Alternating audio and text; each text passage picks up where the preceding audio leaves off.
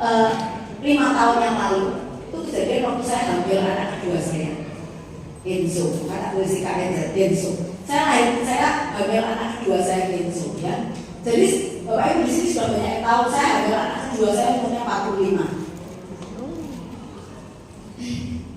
Pada waktu kehamilan masuk 9 minggu, kira-kira 9 minggu, udah bulan berapa? 12 minggu ya. Pokoknya 9 mingguan, 9-10 minggu kira-kira gitu lah, 9-10 minggu kurang lebih gitu.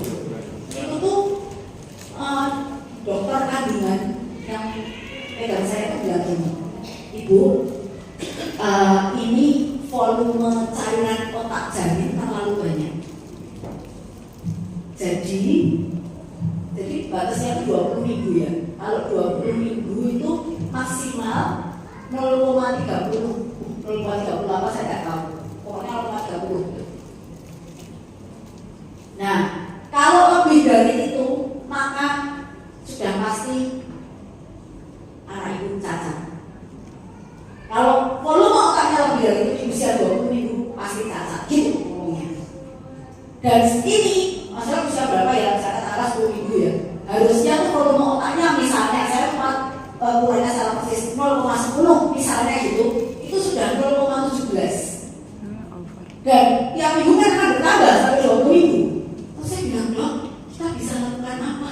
Kita bisa kasih obat nggak supaya dia berhenti? Oh, nggak bisa. Itu kan natural, alami. Kita nggak bisa menghentikan pertambahan atau memperlambat. Berani lagi.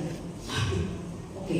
Nah, terus 2 minggu berikutnya saya USG lagi, periksa lagi, dokternya bilang, ini 0,29. Oke, waktu saya, isi 8 minggu, terus dokternya bilang, salah. 0,22 salah baca. Tapi itu pun sudah over. Kita cerita kurang 2 minggu, jadi 18 ya. Minggu 18 saya cek lagi, dokternya bilang ini sudah 0,28. Dan dokternya bilang ibu siap-siap anaknya tidak normal. Ibu siap-siap anaknya cacat. Karena memang kehamilannya berisiko 45. Saya hamil anak pertama sudah 43, hamil anak kedua 45, ya kan? Dokter bilang gitu. Pulang dari situ, ibu persiapkan hati. Karena ini tuh 38 atau 30 waktu mesti 15, posisi 2 minggu, gitu loh. Dan itu sudah pasti lah 90% dia bilang gitu. Pulang dari situ di mobil saya nangis, saya sedih banget, saya khawatir, saya takut, saya nangis gitu. Tapi saya nangis, tapi suami saya itu dengan sangat tenang nyetir, malah nyanyi-nyanyi, wajahnya biasa. Saya kan jadi emosi, nggak apa-apa emosi terus. Saya bilang, ya, saya manggilnya yang dulu. Sayang bukan Bea. Saya bilang, yang, kok itu kamu tuh kok udah sedih kok? Kamu udah dengar kalau tadi dokter bilang apa? Benar, dia bilang gitu. 028 kok? Ya, kok nggak sedih? Kok udah pikiran? Kok udah gini? Kok udah sayang anak ini mau gini? Sayang, tapi kamu kok kayak gitu? Dia bilang gitu, mana kok? Itu kamu udah, ceritanya gitu. Kalau papa macam apa Ferguson? Ya kan kok udah khawatir. Terus suami saya itu kan orang itu kenal dia, tidak pernah tampil orangnya, tidak kelihatan, tidak pernah tampil di mana-mana, orang tuh tidak pernah memandang dia. Tapi hari itu dia bilang gini, aku nggak khawatir kok, dia bilang, karena aku percaya kalau Tuhan kasih pasti kasih yang terbaik. Kalau ini kamu ambil aja kan bisa, mau pergi nyatakan infertil gitu ya. Gitu. Aku percaya kalau Tuhan kasih, maka aku tidak khawatir karena anaknya dari Tuhan pasti Tuhan jaga. Gitu. Wah, waktu itu Bapak Ibu saya rasanya apa? Slow motion. Saya rasakan saya ditampar loh. Yo, mana damai sejahteraku? Mana? Mungkin kalau damai sejahteraku hilang loh. Betul nggak? Saya yang merasa aku ngajar, aku besok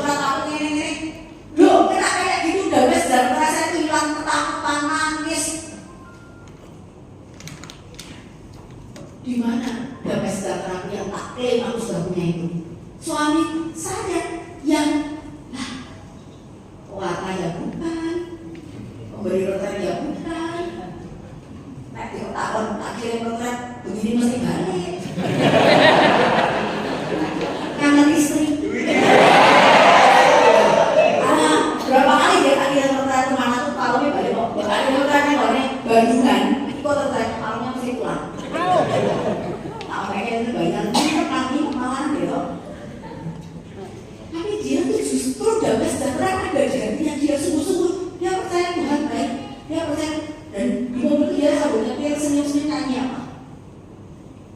Waktu Tuhan pasti yang terbaik, walau kadang tak mudah dimengerti, lewati cobaan, ku tetap percaya waktu Tuhan pasti yang pulang dari situ, saya masuk ke kamar, saya berdoa, saya bilang sama Tuhan, Tuhan ampuni aku, ternyata imanku itu sak biji sesami kayak romo, berusaha biji sesami. Ternyata damai sejahtera itu gak ada di hatiku, karena aku kena begini aja aku sudah down. Maka saya bilang, Tuhan ampuni aku. Lalu saya bilang, Tuhan aku bersyukur mulai hari ini. Lalu hari itu mulai hari itu setiap pagi saya bangun, saya bilang, Tuhan aku percaya anak ini akan lahir sehat, tidak cacat, normal, ganteng, nyemplung, lemuk, putih, ginu-ginu malah doain. Saya minum tiap hari saya gitu. Saya membayangkan anak saya itu saya baru nyemplung gini. Lalu 2 minggu berlalu, minggu ke-20 harus cek lagi 0,28. Saya berangkat, saya bilang, Tuhan tak pegang perut saya, aku pasrah. Dan dokter cek lagi 2020. Dan apa yang terjadi Bapak? Dokter bilang volume cairan otaknya tetap 0,28, tidak bergerak sama sekali selama 2 minggu. Ya kan? Luar biasa Tuhan. Tidak bergerak, yang harus saya lakukan tidak apa. Dokternya sampai bilang ini kok bisa ya? Tanya sama saya, kok bisa begini ya? Saya waktu itu jawabnya cuma, ya saya nggak tahu dok. Waktu itu saya nggak terpikir, waktu itu tak tanya, kamu nanya? Gitu. Saya nggak terpikir. Dan luar biasa Bapak Ibu, anak saya Kenzo lahir sehat, normal. Dan luar biasa. Ini sekarang dia ikut bawa sudah hampir 5 tahun, 4,5 tahun. Dan setiap kali bubuk ini ngelindur, bubuk itu harus sama saya terus ngelindur, lagi mami. Ya, yang Tuhan mau mulai praktek dulu. Jadi buah yang Tuhan mau itu kasih sukacita, damai sejahtera, kesabaran, kemurahan hati, kebaikan, kesetiaan, kelemah lembutan, hati dan perkataan. Banyak orang, mohon maaf ya, di Jogja kok, tidak di Solo. Itu semakin mereka masuk di pelayanan, malah kata-katanya semakin menyakitkan. Kalau ngomong, ada seorang teman saya, dia masuk di pelayanan, seorang gadis, badannya gede banget, badannya besar sekali. Tapi orang ini tuh, anak ini tuh, mungkin usianya berapa ya, 27 atau 26 gitu sekarang ya. Dan dia tuh bilang sama saya gini, kenapa ya semua orang kalau ketemu sama ini, anak ini pintar banget ya. Jadi dia tuh punya prestasi internasional, bikin sketsa apa gitu, saya nggak ngerti juga sih, pokoknya kayak lomba internasional apa gitu, gambar tapi kayak desain apa gitu. Dan dia bilang semua orang tuh ketemu aku, kok sih ditanya itu mesti badan dulu jadi komedi.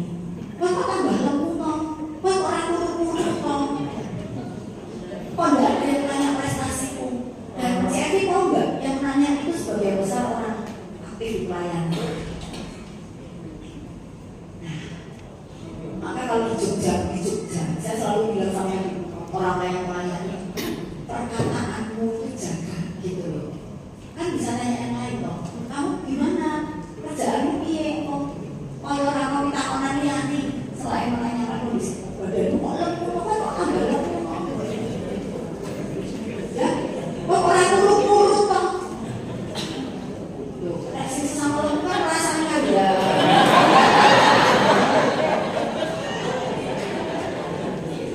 Buat yang lain, buat yang lebih bermanfaat, buat yang lebih memberkati. Itu omongan memberkati gak sih?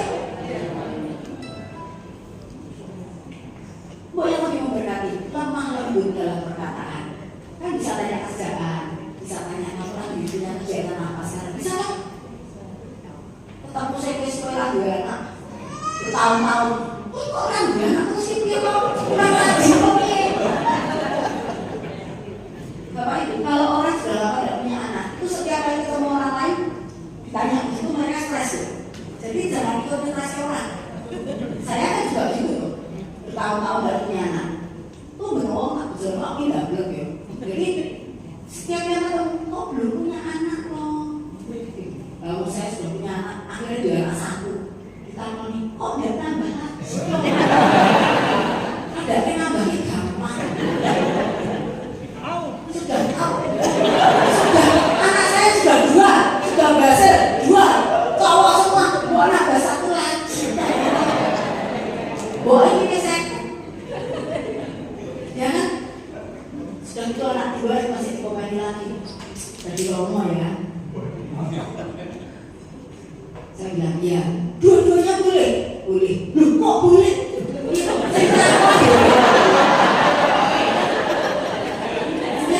Saya selalu bilang boleh, anak saya dua-dua jadi romo boleh. Terus mereka nanya apa? Oh nek anak itu jadi romo apa Bu Evi tuh sama ini sama. Ya kan? Pertanyaannya pasti itu. Terus saya bilang, nah aku tuh punya anak bukan cuma ada yang mau jadi anak ini saya lahirkan bukan dengan tujuan supaya ada yang mau saya kalau tua. Kamu sakit kok? Dia harus langsung bayi tempat langsung ke rumahnya aku tua ya. Itu udah pada hadirnya loh, ya kan? Katanya anak itu titipan Tuhan, ada dekat milik. Ya kan? Terus mereka bilang nanti kalau jadi romo semua ya apa-apa kalau Tuhan itu berani ngambil anak saya dia jadi romo, tak akan tanggung jawab. Tak jawabnya begini, maksudnya Tuhan pasti melihara masa tua saya. Tuhan itu kan baik. Kalau dia mau ambil anak saya dia jadi romo, pasti saya diopeni juga tuanya. Orang asli openi dijupuk kan, ya kan?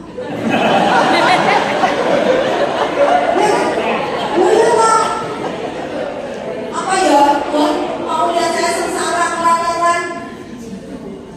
kelarangan goni isor kalau di hidupku yang sengsara. Tuhan itu menyayangi saya jadi pasti seperti itu. Gitu loh ya. Nah ini, dan terakhir adalah berbuat dalam hal penguasaan diri. Banyak orang tuh melihat kalau orang sudah pelayanan malah omongannya lebih bagus, malah menghakimi orang yang lebih ngeri karena rumangsanya wis paling holy, paling suci, omongan iso bahasa roh.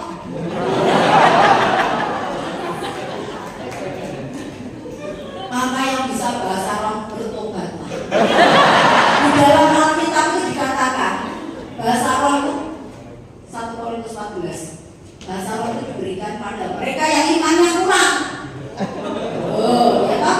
Supaya percaya. Dia ada bahasa roh itu ya mesti mungkin imannya kurang. Oh, enggak. Ya toh? Dan Petrus mengatakan apa? Aku lebih senang kamu berbuat daripada berbahasa roh. Kenapa? Kalau bahasa roh itu seperti nama gitu toh. Dan orang yang bisa menghasilkan. Tapi kalau kamu berbuat, kamu memberkati semangat. Jadi orang bahasa roh itu itu biasa banget kok. Rasa ketemu oleh pasar aku pusing. Ya,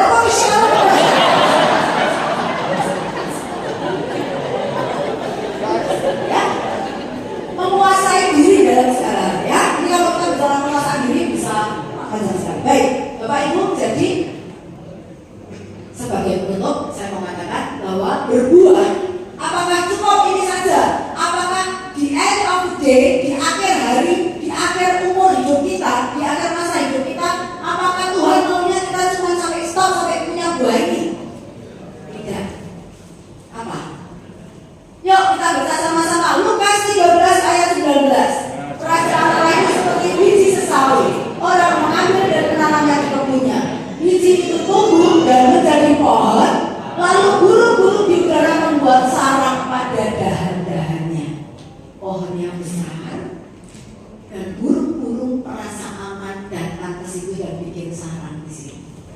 pohon yang besar dan orang-orang merasa nyaman kalau dekat dengan Anda. Orang merasa tenang kalau dekat dengan kita. Orang-orang bisa mempercayakan rahasianya pada kita. Orang-orang merasa dapat kekuatan baru kalau ketemu dengan kita. Itulah yang Tuhan mau. Bukan sekedar berdiri dua, belum. Aku ini penguasaan diri, kita. Aku ini merek. Tidak begitu. Ada akhirnya dan Tuhan mau. Lalu burung-burung di udara membuat sarang pada dahan-dahannya. Burung itu hanya bikin sarang di pohon yang dia anggap kuat dan bisa diandalkan, gitu ya. Maka tidak peduli umurnya berapa, bahkan yang muda-muda juga, saya bilang pohon yang besar. Amin. Dan menjadi tempat burung untuk membuat sarang. Amin. Terima kasih. Selamat malam.